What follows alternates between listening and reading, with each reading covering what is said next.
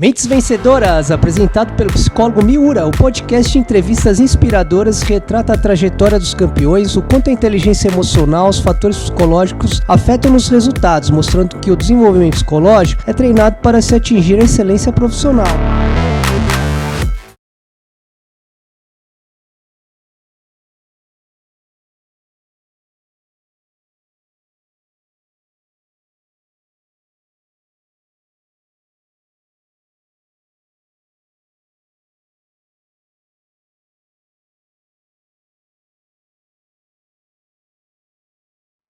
Bom dia, Brasil. Boa noite, Japão. Aqui é o psicólogo Miura, pela TV Altiora, programa Mentes Vencedoras. E hoje vamos assistir a segunda parte da entrevista com o Júlio César Bonfim. Ele foi jogador do Corinthians de base, de profissional, e tive a oportunidade de trabalhar com ele no Expressão Paulista, um projeto extremamente importante para o retorno dos atletas profissionais que tem a parada ali dos seus compromissos profissionais e o retorno. Júlio vai falar muito sobre preparação de goleiro, como é essa mentalidade do goleiro, como é que ele se prepara, qual é o nível de concentração, e aí nós vamos saber um pouquinho desses detalhes que ocorrem na profissão do goleiro e nesse currículo todo pelos grandes clubes, onde Júlio tem tanta experiência. Ele vai continuar contando aí para vocês nessa segunda parte. Júlio, voltar a falar de perfil para mim é extremamente importante, né? Agora com uma nova visão, né? Como treinador de goleiros, treinador de goleiro Corinthians. Você até nas nossas lives que fazíamos, né? Você trouxe o Marçal. Roger Guerreiro. Marçal jogando semifinal de Champions League pelo Lyon. Olha a coincidência. Linda. Salvando o gol do Messi em cima da linha contra o Barcelona. E aí, assim, como era então você como preparador de goleiro de um Corinthians, de ver talentos, e principalmente na sua área, né, de goleiros, que características são extremamente importantes ali que você vê um futuro para depois ele ter segmento? Marçal, o que você identificava ali? Ele contou toda a trajetória dele e de repente conseguir estar numa Europa, estar numa Champions, uma semifinal, hoje no Botafogo em alta performance, né? Impressionante. Não, e é curioso, Miura, você está falando do Marçal, que naquela ocasião era um desconhecido aqui para o Brasil. Ele já era famoso na Europa, e é muito louco isso, né, cara? Imagina o prazer que ele está vivenciando, porque era um cara desconhecido no Brasil. Não fez a história no Brasil. E hoje ele tem um reconhecimento. Como o Tiquinho Soares. Quem era o Tiquinho? Porto, exatamente, um desconhecido aqui. Mané, um desconhecido. Agora... Então isso é muito louco, até para um cara que está rico como eles, né? Sim. Porque tem prestígio internacional e era um desconhecido aqui no Brasil. Sim. O Tiquinho acho que foi até para China. A gente assistiu, O Tiquinho foi ídolo do Porto. O Porto tinha música. Sim, eu lembro. O Tiquinho tinha música. Quem foi para a China é o Diego Souza, que era o centroavante do Braga lá. O Tiquinho teve na Grécia. Na Grécia, China, acho que foi Grécia. Eu confundi. Agora, Miura, é muito interessante isso. Coisa que eu sempre questionei, não só como goleiro, porque a palavra era minha, mas eu cansei de ver jogador ser avaliado no Corinthians e a gente escutar tanta asneira, né? Como que você vai olhar para um garoto de 10, 11 anos e falar assim, você não vai ser jogador, você vai ser o Messi? Não tem como você ter essa bola de cristal. Você pode ter uma projeção, esse garoto... Porque você pode ter... Eu já passei por isso, tá? Em categoria de base. Eu já tive atleta no Sub-15, que era capitão da seleção brasileira, e sequer chegou no 17. Sim. Porque a fronteira é grande. Sim. Ele era o cara lá. Mas chegou no 17 e virou um jogador comum.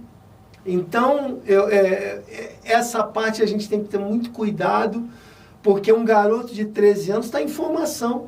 Tudo que você disser para ele... ele vai absorver. Então a gente tem que tomar muito cuidado com a palavra e a responsabilidade que você tem.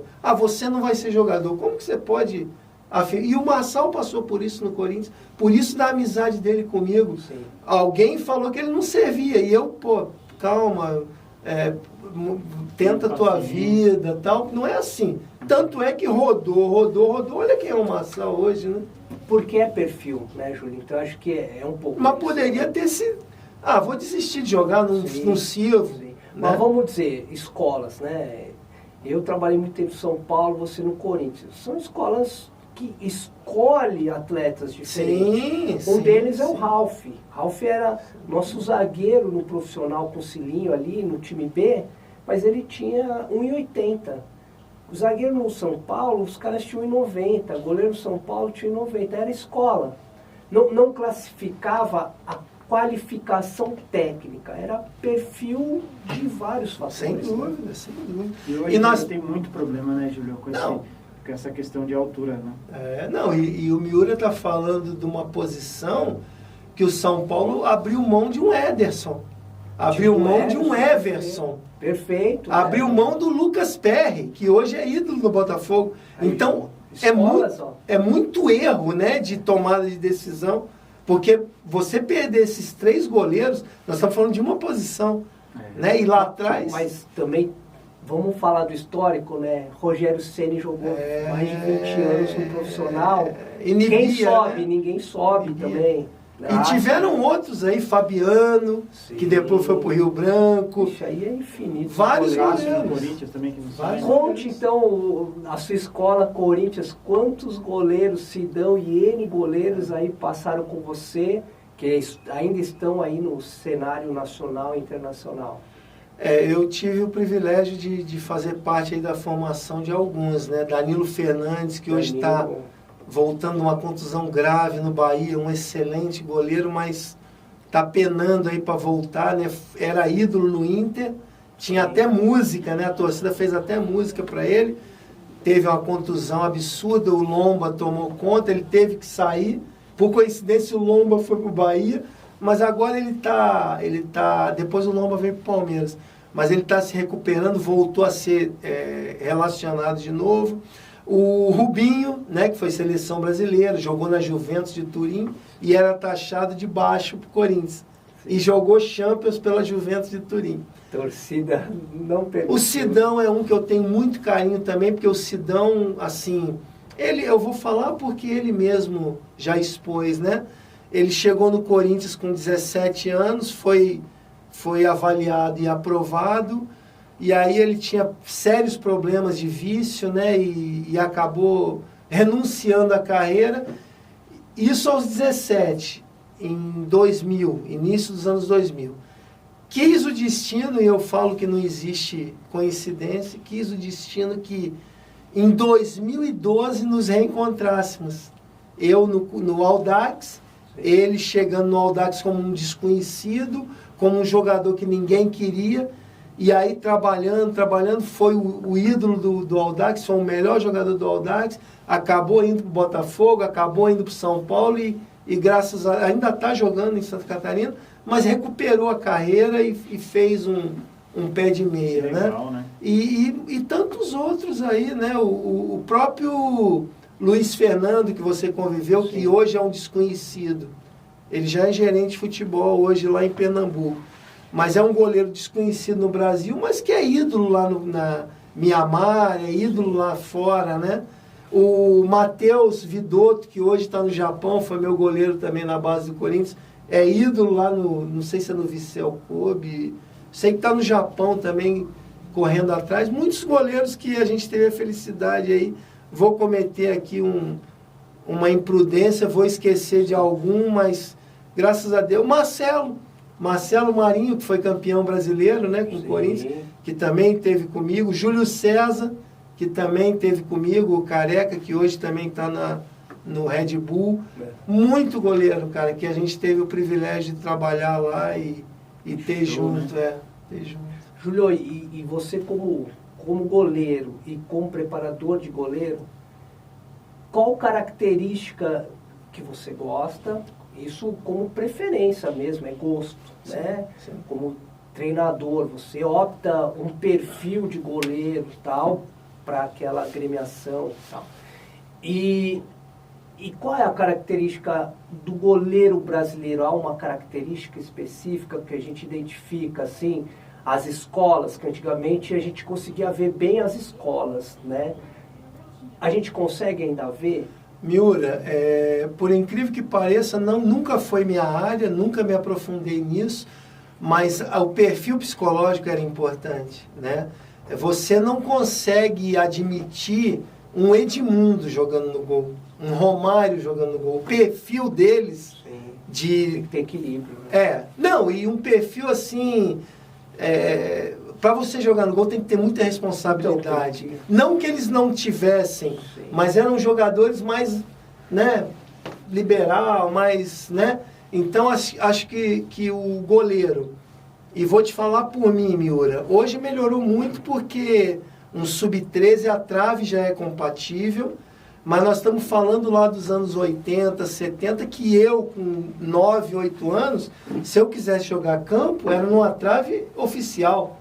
Imagina, um garoto de 10 anos chutou pro alto, é gol. Agora é adaptado. Agora é adaptado, porque era desumano. O campo é adaptado. Então, imagina um garoto de 9 anos correndo num campo... Você nem tocava na bola. Então melhorou muito, mas assim, o perfil é tudo, né? Você pode... Se o garoto não confiar nele, esquece. É o que eu te falei de alguém falar, você não presta. Se ele assumir isso, ele não presta mesmo. Sim. Então o perfil psicológico é o mais importante. Se um garoto que entrar no gol se abater com uma falha, ele não vai jogar no gol. Sim. Né? Então o perfil do goleiro primeiro é o psicológico, é ver se ele é compatível com a posição. O jogador de defesa e tem isso no dia a dia você sente, né, Júlio? Sente, que é o treinador, sente. Né? Porque não é só tamanho, né? Eu cansei de brincar que, mas eu tenho um garoto aí de 1,90 m, falei, meu amigo, se eu quisesse tamanho, eu saía na rua, olhava um garoto e falava, você quer ser goleiro? Não, tamanho é importante, mas não é o determinante. Boa. Você tem que ter as valências, né? Um tamanho compatível, não dá para ser um anão no gol. Tanto é que, olha a evolução do vôlei. Eu gosto muito de dar exemplo do vôlei e do futsal. Como eu falei, que são atletas muito mais preparados psicologicamente. Eles adaptaram o vôlei para o anão. Sim, o líbero, que era o craque e não tinha espaço. Sim. Adaptaram para o anão. Ágil, né? Adaptaram para o cara que sabia jogar no gol. É o goleiro linha. Sim. Que é um líbero. No basquete, que é aqui também, né? No basquete já é mais difícil, porque hoje um armador, eu lembro que nos anos 80 o armador era anão perto deles com 1,90 ou 1,88. Hoje um armador tem 2 metros. Não, claro.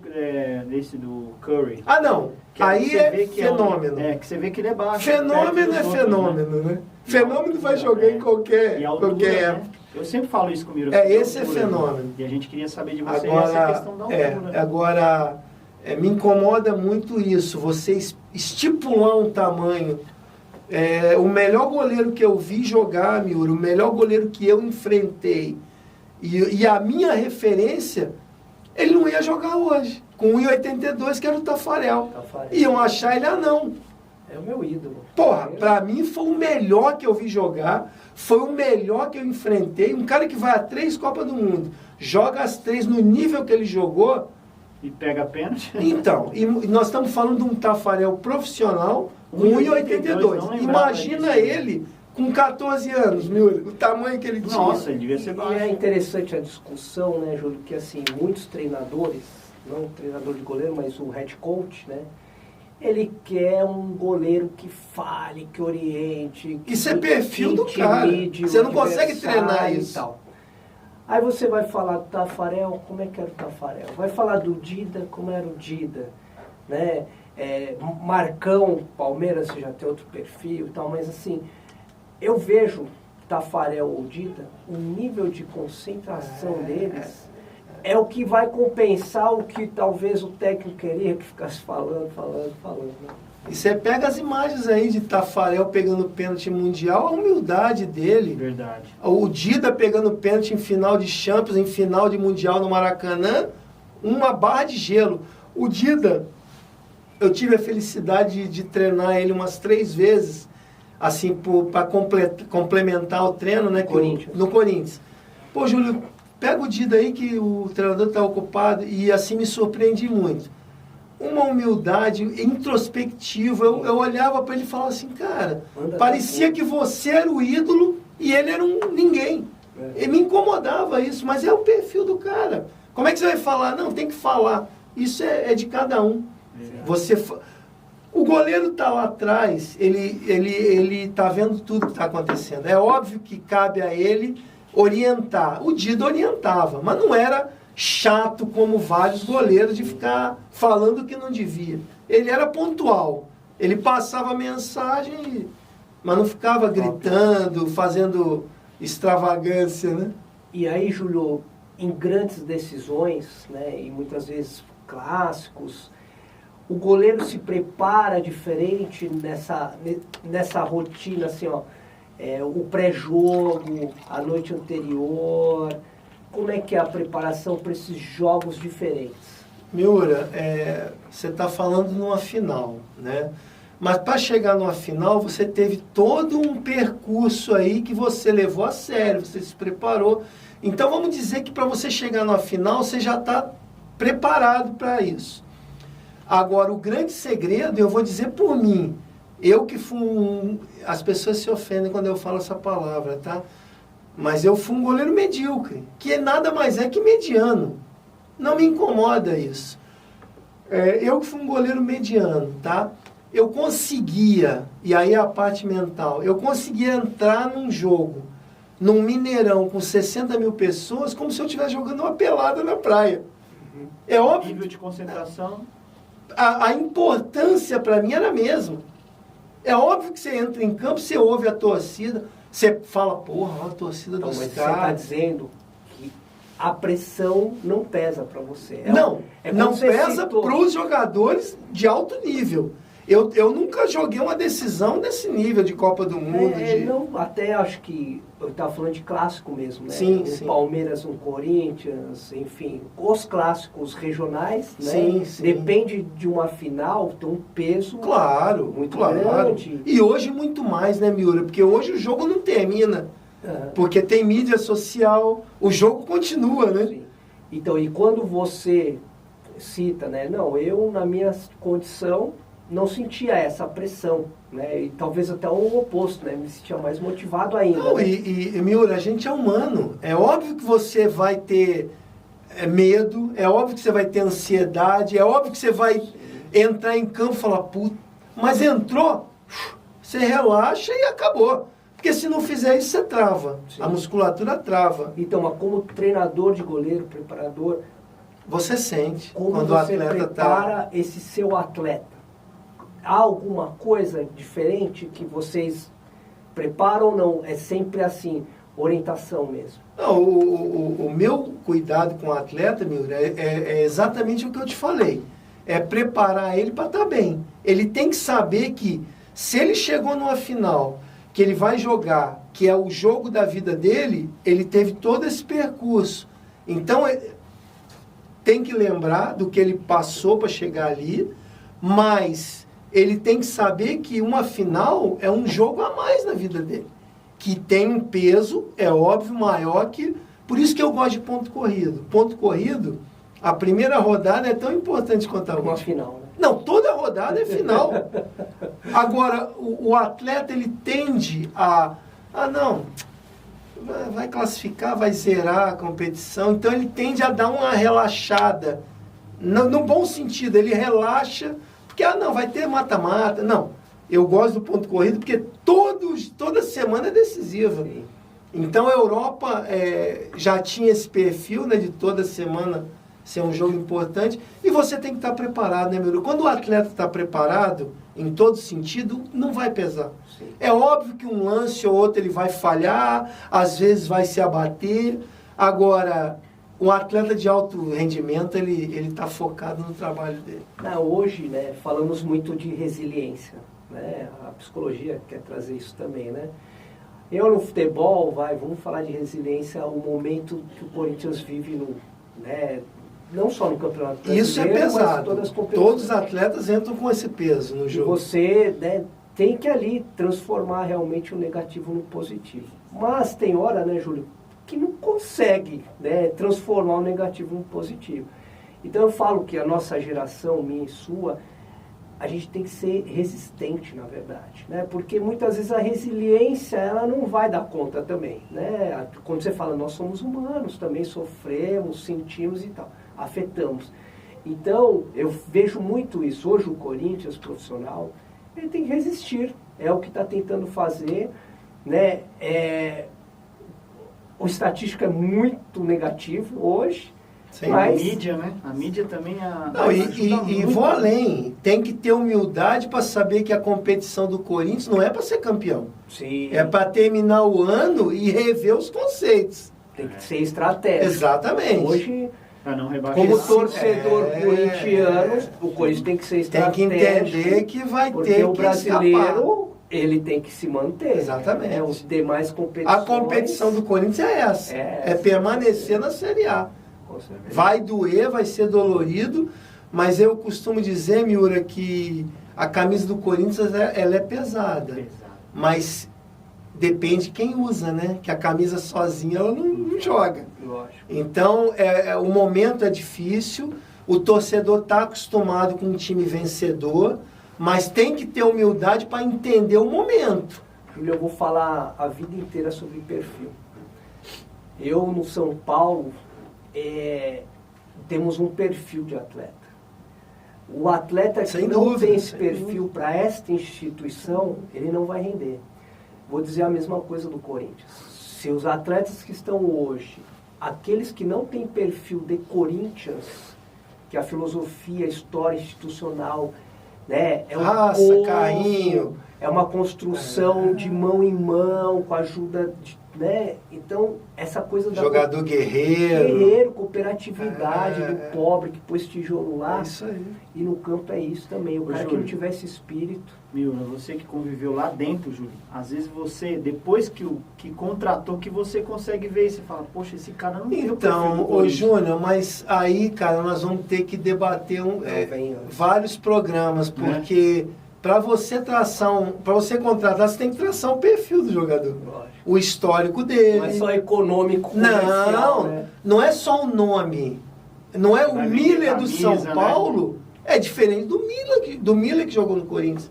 O Paulo Nunes do Palmeiras é diferente do Paulo Nunes do Grêmio e do Corinthians. Então, o que o Miura falou faz muito sentido, verdade. Porque como que você vai levar um jogador retranqueiro para um clube que a filosofia é atacar? Como que você vai levar um jogador raçudo que a filosofia é toque de bola? Então, realmente tem que ter um perfil. O Grêmio tem um perfil, São Paulo tem um bem traçado. Bem traçado. Não é todo jogador que vai dar certo com toda a camisa. Sim. Júlio, vamos não para os finalmente, que já está nos finalmente. Você viu todas essas gerações do futebol, mudou-se. Temos dirigentes aí muito antiquados, antigos no futebol, diretores e tal. E o futebol, ele mudou sim, né? A gente, né, acompanhando, uma delas veio a análise de desempenho, outra coisa veio toda a tecnologia de filmagens, de drones e N coisas para você identificar ou avaliar melhor uma performance do atleta, da sua equipe coletivamente, né? Para poder ter suas estratégias, né? Como você tem visto isso? Na sua época já fazia scout, né?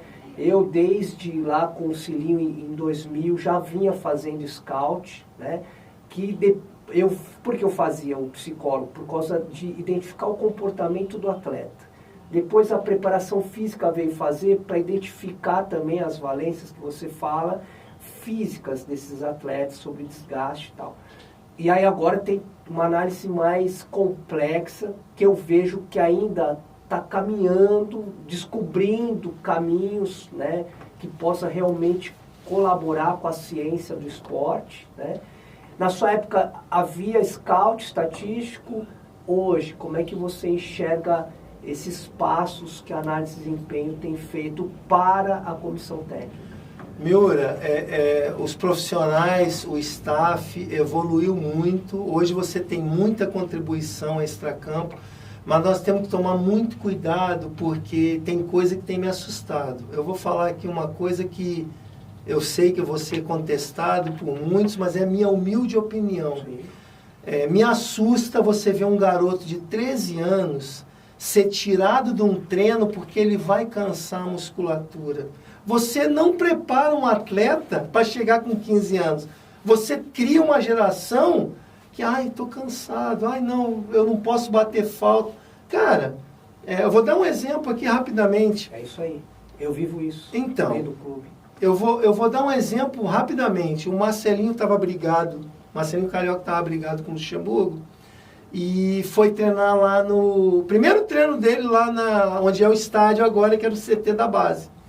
E aí ele treinou físico, dando a vida dele, que, sensacional. E aí ele chegou para mim, já depois do treino, estafado, e falou assim, professor, tem como você arrumar um goleiro para eu treinar a falta? Eu falei, claro. Mandei 2, Júnior. 2 goleiros.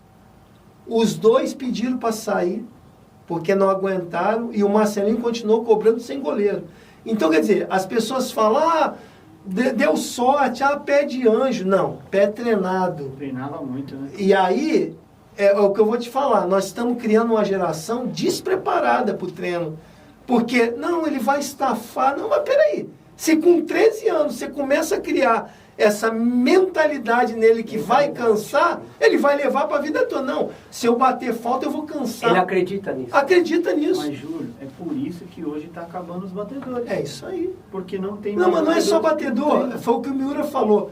Acabou o treino, eles vão embora. Vão embora. O que você fazia? Um complemento. Peraí, eu preciso treinar tiro de meta. Eu vou bater tiro de meta. Eu preciso trabalhar o cabeceio. Era o complemento. Mas é o que você falou. Os clubes não permitem também. Não é mais uma questão do Mas você atleta cria uma querer. geração despreparada. Então, o clube está totalmente despreparado. Isso me assusta, Miura. Isso me assusta. Sim. E, aliás, despreparada também mentalmente. Não, vamos falar do Rogério Ceni, porque aí eu vi lá, né? Uma coisa é você saber, outra coisa é você viver ali no dia a dia. Ele realmente chegava antes, batia 100 faltas antes, ele terminava o treino da tarde e batia mais 100. Né? Mesmo sem saber se ele ia bater falta. E que é a história... Que demorou para ter essa possibilidade. Também, né? Para conquistar esse espaço. Isso. Né? Primeiro ele provou, né? Sim. Então é isso, esses atletas de sucesso, né? Eu falo nas palestras, será que esses caras não treinam mais que você?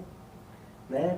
Será que eles não se preparam mais que você? Não é só uma questão de treinar? Ô Miura, o jogo de futebol é a ponta do iceberg. Você está disposto a tudo que vem por baixo do futebol? Poucos estão. Todo mundo quer jogar, mas poucos estão dispostos a passar por tudo aquilo que vai fazer você jogar. Né? Então, o que me assusta é isso.